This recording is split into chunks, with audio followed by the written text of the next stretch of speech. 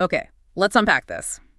Welcome to the deep dive. We are jumping straight into really a moment of profound change in the story of Siddhartha Gautama's quest for enlightenment. Absolutely. A pivotal moment. Our source material for this deep dive comes from excerpts detailing the story of Siddhartha's offering.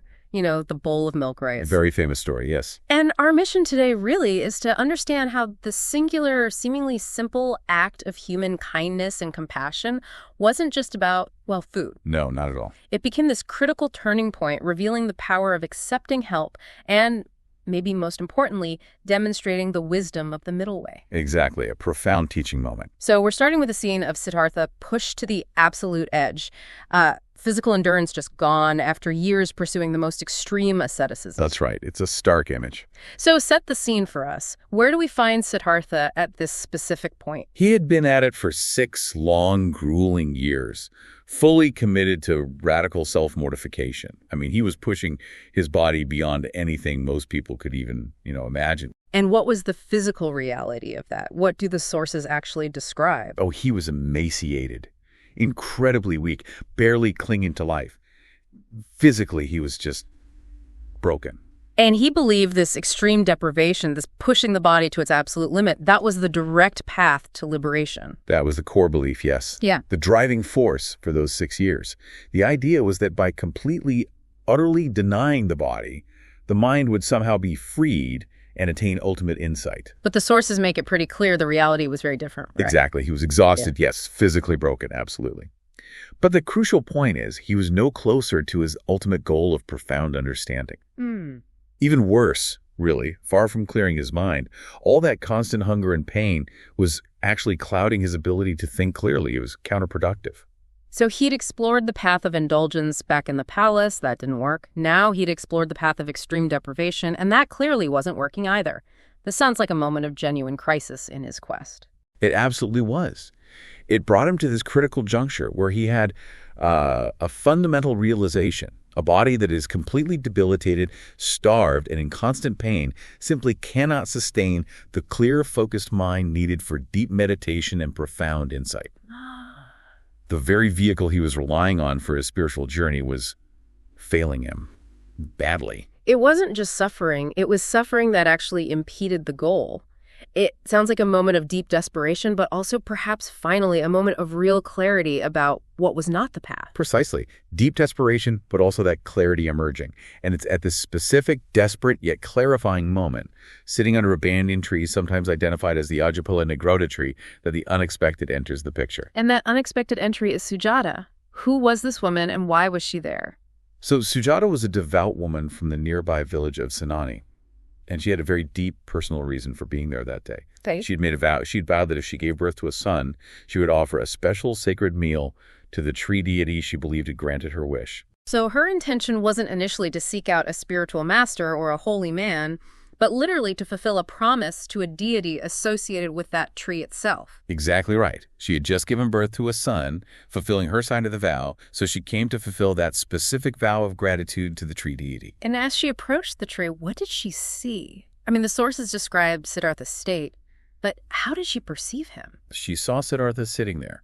And here's where it gets really interesting. Despite his physical state, his emaciation, the sources say he was sitting in deep meditation and appeared somehow radiant. Radiant, even like that. Apparently so. And she mistook him. Seeing this aura, this intense presence, she didn't just see an emaciated man. She perceived him as the tree deity itself, or at least a powerfully divine or spiritual being worthy of her sacred offering. Wow. What's fascinating here is how that connects to, well, a universal human trait, isn't it? This innate tendency to offer reverence, to seek blessings, to make offerings to what we perceive as holy or divine, whether it's a tree spirit or, a powerful meditator.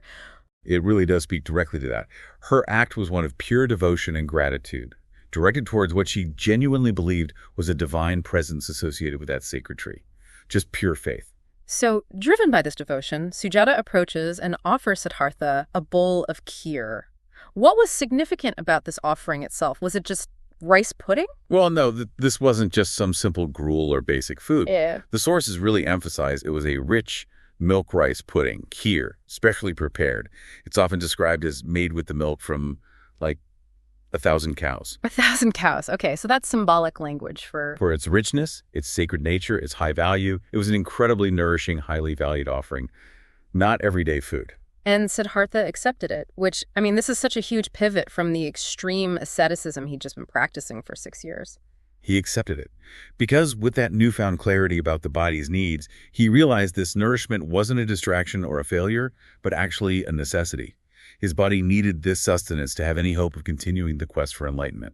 How did his companions react? Because he wasn't alone during these 6 years, was he? No, that's right. He had 5 ascetic companions who were practicing the same severe austerities alongside him. They were all in it together, essentially competing in deprivation. And for them, seeing him accept this rich food was, well, I can imagine. It was a betrayal. Yeah. Simple as that. They saw him taking this offering as giving up, abandoning their shared path of self-torment.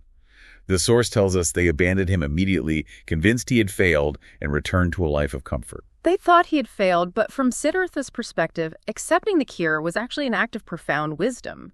How does this connect to the middle way? This is really where the middle way starts to take practical shape in his life. Yeah. It's his acceptance, his realization that the body isn't an obstacle to be tormented and discarded, but a vital vehicle. It needs to be nourished and cared for, not for indulgence, but so it can serve the mind on its path to enlightenment. Accepting Sujata's offering was the physical embodiment of rejecting both extremes, the indulgence of the palace and the devastation of asceticism in favor of a balanced approach. The effect of Sujata's offering sounds almost immediate and genuinely transformative based on the accounts. It truly was. The impact was profound. This single meal brought him back from the very brink of death. Physically, his strength began to return with remarkable speed. Wow. And this wasn't just about basic survival. It gave him the ability to sit upright again, to focus, to meditate with the kind of vigor his quest actually required. And mentally, what was the impact, beyond just not being hungry anymore? The fog of hunger and the constant physical pain that had been clouding his thoughts for years, it began to dissipate. His mind became extraordinarily clear, sharp, and focused, like the clouds parting. So this wasn't just physical recovery. This act of nourishment became the catalyst, really, for the final phase of his quest towards enlightenment. Exactly. His body could now support the immense concentration and mental clarity required for that final push. It fundamentally showed him that the path wasn't found in the absence of physical well-being or the deliberate infliction of pain, but in finding the optimal physical and mental state balance. It was about finding that balance where the mind could actually do its work effectively. Yes, precisely. Creating the right conditions, the necessary conditions for the mind to penetrate the deepest truths. Sujata's offering is often described as such a tender and incredibly significant moment in the whole narrative. What is its enduring symbolism for us today, do you think? Well, what's fascinating here is the layered compassion at play. You have Sujata's pure, uncalculated compassion in offering the meal, driven simply by her devotion. Yes. And then there's Sujata's implicit compassion for himself, recognizing his body's genuine need and having the wisdom, maybe even the humility, to accept that support when it appeared. And this moment so clearly underscores that core concept we touched on, the middle way. Absolutely. It's the definitive moment illustrating that central tenet.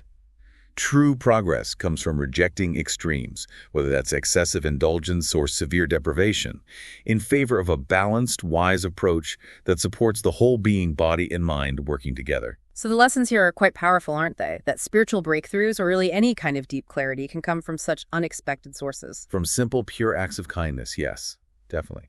And crucially, from the wisdom to actually listen to the needs of our own bodies and minds, seeing them as allies in our journey, not obstacles to be overcome through sheer harshness or willpower alone. It's a beautiful reminder, really, that the path isn't always about relentless struggle or self-denial.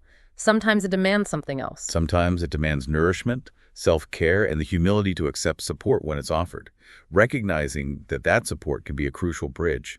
And Sujata's offering was exactly that bridge for Siddhartha. The bridge. It led him directly from the failed experiment of extreme asceticism towards the conditions needed for his ultimate enlightenment under the Bodhi tree. Sujata's offering, a simple bowl of milk rice that didn't just nourish a body, but fundamentally altered and enabled the very path to liberation itself. It's a story that resonates so deeply with its message of balance, the unexpected power of simple compassion, and listening to our own needs. And as we wrap up this deep dive, here's maybe a thought for you, the listener, to mull over.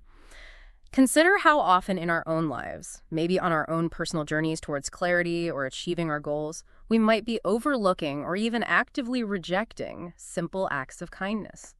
That's interesting. Either accepting them from others or, just as importantly, extending them towards ourselves in the form of basic self-care, basic nourishment, rest. Are we sometimes seeing these fundamental needs or moments of connection as distractions from the real work? When maybe they aren't distractions at all. When perhaps, just perhaps, they are actually essential, supportive components of the path itself. Something to think about.